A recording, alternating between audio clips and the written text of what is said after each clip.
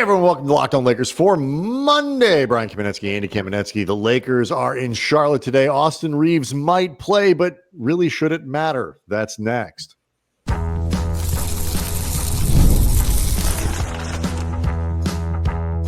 You are Locked On Lakers, your daily Los Angeles Lakers podcast, part of the Locked On Podcast Network, your team every day. Thanks to everybody for making Locked On Lakers first listen of every day, Monday through Friday, no matter how, where you get your podcasts. This one's always free, never behind a paywall. And Locked On Lakers on YouTube, Andy, is where people listen to this number one rated network, the most popular sports podcast network out there. 37,000 subscribers are hanging out on YouTube, talking to us, talking to each other. And Andy, they're all wondering if Austin Reaves is going to make his way back into the lineup from the groin injury that's kept him out over the last three. He has been upgraded to questionable for this game in Charlotte. Of course, the marquee matchup of the road trip looming on Wednesday in Oklahoma City. So we'll see. We'll talk about this as to whether or not we think the Lakers might just give AR one more day because as we will discuss, the Hornets aren't even the Hornets right now. And when the Hornets are the Hornets, they're not that good. We'll get to all that in a second. But first, we need to let people know that today's episode is brought to you by Game Time. Download the Game Time app, create an account, use code LOCKEDONNBA for $20 off your first purchase. All right, so Andy, the Lakers just absolutely sucked in Atlanta on Saturday. Like there are no adjectives that describe it in a kind way.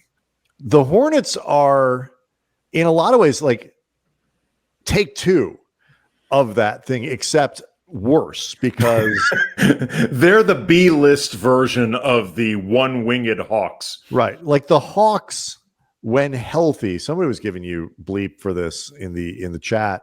Like, I actually think with the Hawks, a fully healthy Hawks team, it could be pretty decent in the Eastern Conference. They've got some good players, good young athletes. We don't have to get down that rabbit hole. They were missing a bunch of players, 5 rotation players, including 4 starters, and the Lakers lost this game. The Hornets, when everybody is available, are bad. Andy, they won't have their roster available to them. LaMelo Ball isn't going to play.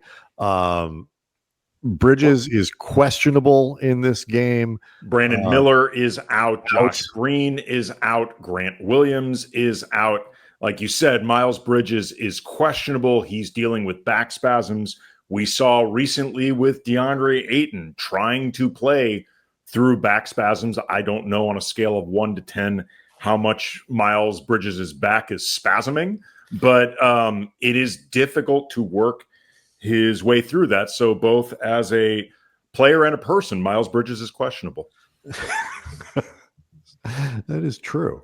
I just look at this and like, we'll get to the Reeves portion of this in just a second. I would like to think that the Lakers will not do this twice. Having learned their lesson, having had to watch the film, JJ made it clear we are watching this film, and my guess is he woke their asses up early to do it. 6 a.m. He comes into the dorm room and is rapping on an aluminum pan, waking them all up. Full Metal Jacket style. The Lakers, this is what good teams do. When they travel on the road, they all sleep in one room. Yep. To build up togetherness and camaraderie. In jammies and nightcaps. That's right. And JJ's in there and he's banging on pots and we're getting in there and we're going to watch this film, guys. I mean, you don't want dad to be mad at you for 2 games in a row. And look, the Lakers are professionals and they realize they wet the bed on Saturday and you can't do this twice and you're going to play bad games periodically. How you respond to that, I mean, and all kidding aside, really is for a team with real aspirations. You cannot lose to the Charlotte Hornets, Andy, at half strength. Right. I mean, LaMelo Ball is, you could argue, their best player. He's their per game leader in points per game, rebounds, assists, steals. For better or for worse, I think a lot of people would say he's their best player. Well, he's their most naturally talented at the very least. It's not a good thing to have LaMelo Ball Right. be your franchise player, but that's what he is. Right. And if he is not their best player, it's either Brandon Miller or, as we said, Miles Bridges, who could be limited. They've got Colin Sexton, who is a solid point guard, and my guess is some contender will trade for him over the course of this year. Con Knipple is having a good rookie season, 16 points, 6 rebounds, 40% from behind the arc on 8 attempts per game. He's certainly doing, of all the players in the league with a kana sound, he's doing better than ours. He's first team all kana. And unfortunately, Dalton's second team, there's only two of them. He's actually somehow third team, and there's only 2 of them. But he's our kana is better than yours. He's 40% from behind the arc on high volume. Sion James, second round pick. He can shoot. Ryan Kalkbrenner, another second round rookie. He can hit the glass. Musa Diabate. Yeah. He is very good on the glass. Look, they've got a bunch of guys that if you're a Hornets fan, you can be like, okay, we've got a decent group of young players. Like, the mess is sort of at the top, and at the fact that Brandon Miller cannot stay healthy. Mm-hmm. This is, he's a very good young player. Yeah. One of those sort of Swiss Army knife guys, but he cannot stay on the floor. And so the Lakers, whether Austin Reaves plays or not, and the relationship between Austin and Luka on the floor, I mean, I'm talking about off of it, but on the court pairing is something that I know you and I really wanted to see a lot of in this stretch where LeBron wasn't there, because it was a natural, 20 game laboratory to see what they might need next year, how you would put a group together around those two, if in fact this is LeBron's final season with the Lakers, which, by the way, I'm not at all convinced that it is. But we haven't seen as much of it as we'd like. The Lakers have Reaves listed as questionable. There is that big game coming in on Wednesday. If I, guessing as we head into this thing, I think I might hold him out to be my guess. And like you, I'm stressing this is a guess. He is not going to play on Monday with the hopes of him playing on Wednesday. Plus, they have a back-to-back coming up, and I don't know if he's going to play on both ends of the back-to-back. But if nothing else, you hope that you can be in a good position to have him for one of those games, probably the Bucks, because it's going to be a difficult game, second end of a back-to-back. You want him as available as potentially possible for the 2 hardest games of this road trip. As far as Charlotte, these are the 2 things, just in taking a look at their team, and then we can get into some of what I know you and I wanted to talk about in terms of these games without Austin, how they've affected the Lakers and how they have, I think, also affected Luka. 2 areas to watch with the Hornets, because as we said before, they are not a good team. They are actually a very good team on the glass. Like I mentioned before, Knipple has had a good season on the glass, averaging 6 rebounds a game, which is good for his size. Diabate can hit the glass really well. Kalkbrenner is very good on the glass. They've been rebounding well without some of their frontline players. In particular, they hit the defensive glass well. The Lakers are a bad offensive rebounding team, so they need to make sure they're not doing favors for a god-awful defensive team by not letting them have one-and-out possessions with the defensive glass, either create second-chance opportunities or just make the initial shot and call it a day. The other thing, too, we saw the Lakers dreadful taking care of the ball against Atlanta. If you want to, and I'm not, but if you want to chalk it up to either the Lakers' lack of ball handlers or Atlanta's athletes, Dyson Daniels' presence, yada, yada, yada, I'm not going to give them that grace. But let's just say, for the sake of argument, I did. That is not going to be even a possible explanation with the Hornets. They are 28th in the league for steals, dead last for deflections, dead last in points off turnovers. I don't care if they're missing all their balls. Standing still. Yeah. They don't deflect the ball. They don't steal the ball. They don't send you to the line. I don't care who the Lakers are missing in terms of ball handlers, this is not a team it should matter. It's if like it basketball does, plays by pacifists. if it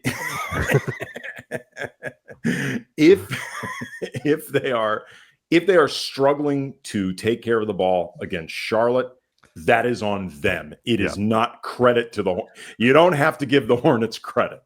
So we're both guessing that help will not be there for Luka, perhaps in Charlotte. Hopefully they don't need it. They shouldn't.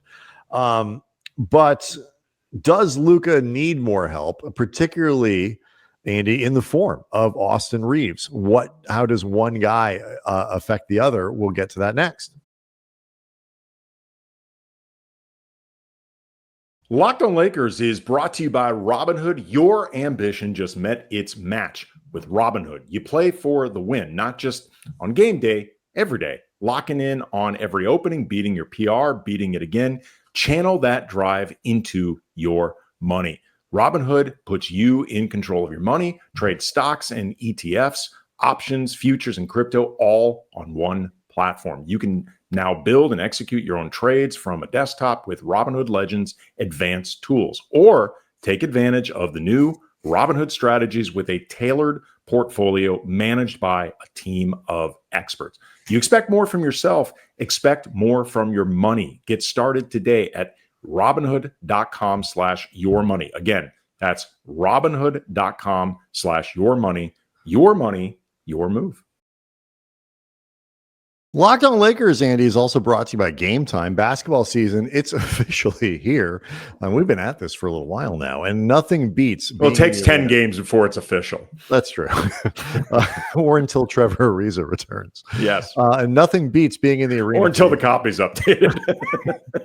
any of those them. Things. But let's be real. Getting tickets can be a total headache in between waiting in queues, surprise fees, prices that jump up right before checkout. It's easy to get frustrated when all you really want to do is get into the arena and cheer on Trevor Ariza.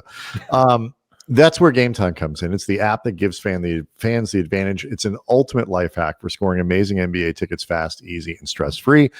People have heard us talk about it. I use the app all the time for primarily for soccer tickets, though I've used it for any kind of entertainment. We use it primarily for soccer tickets. Go to LAFC, go to Angel City, we go to the Galaxy, and we are usually scoring tickets the same day as the game. We check out where we're going to sit. We see exactly what the price is going to be with all the fees inclusive, so no surprises there. And so, the zone deal thing, it's kind of cool. You pick the section, Game Time picks your seats, you save a lot of money. It's also very convenient. So we use all those tools. You can use them for the NBA like we use them for the MLS. Take the guesswork out of buying NBA tickets with Game Time. Download the Game Time app, create an account, use the code LOCKEDONNBA for $20 off your first purchase. Terms apply. That's code LOCKEDONNBA for $20 off. Swipe, tap, ticket, go. Part of what made Luka's early season, that run of 4 games, or whatever it was, just so cosmically ridiculous wasn't just the number of points that Luka scored and all that other things. It was the fact that he was shooting like 57% from the floor. I mean, he was the efficiency was incredible. And you combine that, Andy, with the high volume of free throws, which show like reversing a little bit of a trend of the last couple of seasons where Luka actually hadn't been at the rim as much as he had early in his career, shooting a lot more threes and stuff like that. So now we're sort of seeing this fully realized version of Luka. The numbers have remained quite good. He's still getting to the line a lot. The Atlanta game notwithstanding, which was his worst game. He also played fewer minutes. Everyone sucked in that game. But, so Luka's getting to the line still at a very, very high volume, but the efficiency over his last few games has gone down. And that got both of us thinking, and you, Andy, digging. Yeah, it was interesting. You and I both were thinking about, Reeves's hopeful impending return, dealing with low pain now. That's the way JJ described it in terms of that groin. Nobody wants high pain in their groin. No, we all do not. So we all sympathize and are excited that Austin Reaves has moved on to low pain in the groin. Right. And the confidence seems high that he's going to return at some point during this road trip, even though you and I both don't expect it to be Monday versus Charlotte. But I started looking into some numbers for the Lakers offense the last few games without Austin versus the season as a whole, just to see what differences there were. And what was interesting, they were basically the same, like with or without Austin for the last few games, like a few discrepancies, but nothing really that noteworthy. But then I started looking at the players, and I noticed how Luka's shooting percentages from the last two games after the Portland game that he missed, and then really since he came back from the original finger and leg injury at Memphis, 14 of 27 from the field, 6 of 15 from behind the arc, 10 of 13 at the line, 44 points. That's obviously great. Then Miami, 9 of 22 from the field, 1 of 11 from three, got to the line 12 times, 29 points. San Antonio, 9 of 27 from the field, 4 of 11 from behind the arc, got to the line 17 times. That entire game was one big free throw contest, 35 points. And then basically half a game against Atlanta, 7 of 17 from the field, 4 of 10 from behind the arc, got to the line 6 times, 22 points. Those 4 games, it's 42% from the field, 32 from behind the arc. And Luka is obviously, he's still getting points. He's averaged 10 assists a game over those 4, including the Atlanta loss where he only played again like half a game. So the issue is not that Luka's playing badly, like at all. He is producing, he's generating offense. He is not playing badly at all. But it has been much more of a personal struggle for him to score at an efficient clip. And it's made me wonder how much of this is maybe some lingering effects from the injury, how much of this is the byproduct of having to generate so much offense by himself, particularly in this stretch without Austin. I have no idea what the ratio between those two things are. If those are the two main things, what else could be, whatever. But it just really reinforced how much Luka could use more help and how much Austin's return in particular would provide a lot of help he could use. Yeah, I mean, I some of it I think is a matter of kind of water seeking its level, and in Luka's case, the level is quite high, and there's a lot of water. But he's never shot over 50% for a season. And, he had one where if you round up, it was 50%, but he's never cleared that bar. And generally, a good Luka season somewhere in the 47, 48, 49%, which, by the way, given what he does, is actually quite good. Oh, it's excellent. It's excellent. It's not a complaint about that, but the idea that Luka was going to shoot 55% this year was unrealistic. But I think the efficiency aspect, there are two things I think you look at with Luka. One is efficiency, and the other one is getting the line, because again, like the trend, the drift outward to from the hoop to the 3-point line. I think if you were looking for Nico Harrison style warning signs that Luka just isn't going to be the player going forward, like not being at the rim, not finishing at the rim as much, is a place to look. And so seeing him get to the line a lot is a great thing. The downside to that, of course, is definitionally, to get to the line, you're absorbing contact. It is more physical. You take more of a pounding, and over time, you wonder if that takes a toll. The other thing is obviously efficiency, and both of those things I think are helped by having a player who has been playing at the level of Austin Reaves. It'll help when they have him and LeBron, but just getting AR back on the floor at the level that Reaves was playing really does, I think, open up significant things for Luka, and obviously makes things much easier on Reaves when he's playing with Dončić as well. Let's take a break, and when we come back, there's one other possibility that just occurred to me in real time that maybe could explain a little bit of the dip in Luka's efficiency. And if this is a reason, it's actually something that in the long run, I think is actually a good thing and a good sign moving forward, and something maybe for Laker fans even to be excited about. So we'll get into that coming up next. Locked on Lakers is brought to you by FanDuel. As we have established, the NBA is back, and there is no better place to get in on the action than FanDuel, the official sports betting partner of the NBA. Even if you start, like you miss the start of a game, or you want to ride a hot hand as a game's going on, ride that second half, FanDuel has live bets on everything from who will score next to fourth quarter comebacks. Plus, you can even combine live bets into a same game parlay for a shot at a bigger payout. It keeps every game more exciting, especially when your team is making that late push. Hopefully that team isn't the Lakers, because they shouldn't have to make a late push, especially if they're playing Charlotte. Right now, FanDuel is giving new customers $300 in bonus bets when your first $5 bet wins. So head to FanDuel.com to sign up. Play your game with FanDuel, the official sports betting partner of the NBA. So I mean, you look around, Andy, one of the big things here is when Reaves is out of the lineup and there's no Gabe Vincent. Vincent, by the way, is they're still hoping he can return. He got back on the floor doing sort of basketball stuff. And the hope is maybe he returns before the end of that 2 to 4 week window, but obviously we'll have to see. But when you have missing AR and you're missing Vincent, you're kind of at that point down to Bronny, who I actually think has done a well. Marcus Smart, Marcus Smart, right?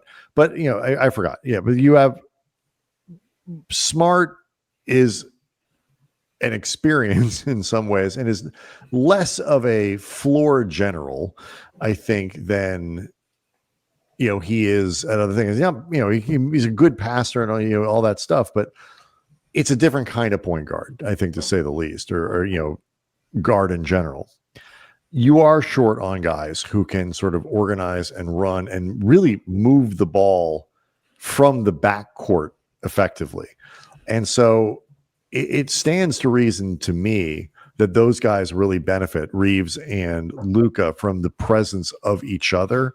And it's been a really small sample size, but I do think that the limited amount of games that we've seen, especially if Reaves plays at the level that he has been, changes the sort of the calculus on what the Lakers might do next year if LeBron goes. Like, what kind of player would you, or players would you feel like you need to pursue? Does it go from, obviously, if you can get Nikola Jokic, you're all in on, but like, do you need to find yourself that kind of star, or would an OG Anunoby type guy be, as a couple of those dudes around, be like a better fit?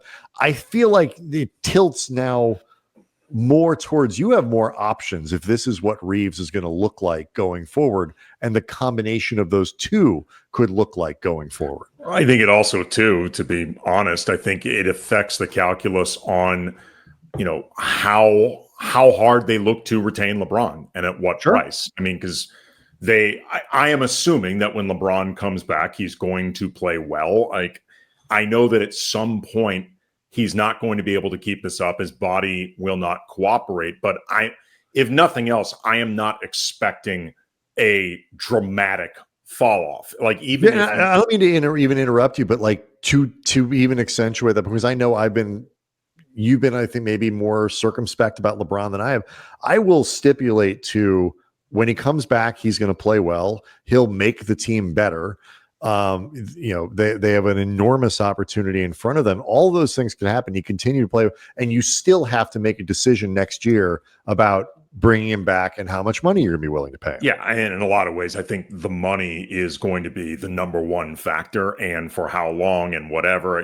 I've been on this train for a few years. It was the reason why I've said, if nothing else, the Lakers needed to stop the open-ended 1+1 contracts, because with somebody at LeBron's age, and then especially with Luka in his prime, looking to build and maximize his prime, you can't have that much money unaccounted for on a year-by-year basis. But, I think it could affect the for lack of a better way of putting it, desperation that exists to keep LeBron. But I agree with you that the two of them so far, if nothing else, offensively, there has been a lot of potential there. And we are really seeing what you miss in Austin during those moments where Luka simply has to sit, because the offense without Luka, I mean, you think it used to look bad a few years ago when LeBron would sit.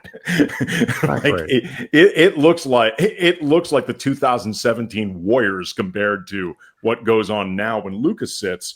But I was saying before, something that's what I'm getting. Like, you can put Marcus Smart on the floor for that kind of, but that's too much Smart offense. Like, yes. that's not what you want. You want him as a secondary. You want him as a secondary player in your offense where he can score, because he can score a little bit. And you can put the ball on the floor, and there's a surprising burst sometimes when he gets in the paint. But you don't want to put your offense in a position where Marcus Smart is a primary weapon. Well, it's also, too, it's not just that you don't want Marcus Smart to be the primary generator of offense, like in a perfect world.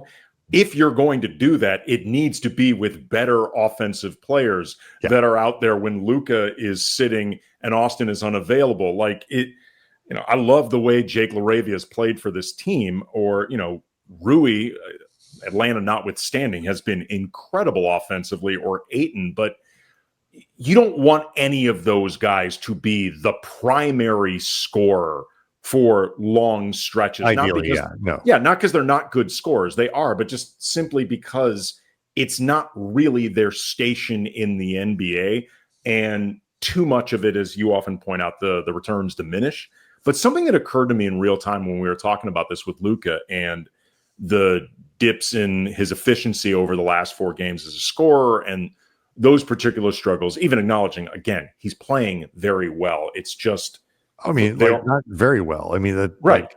Excellent. Elite, but there's elite. Right. But for like all superstars, like the elite superstars, there are even degrees of elite, and also how easy or not easy it looks. And right now, if nothing else, it's a period where the scoring piece of this doesn't look easy for Luka.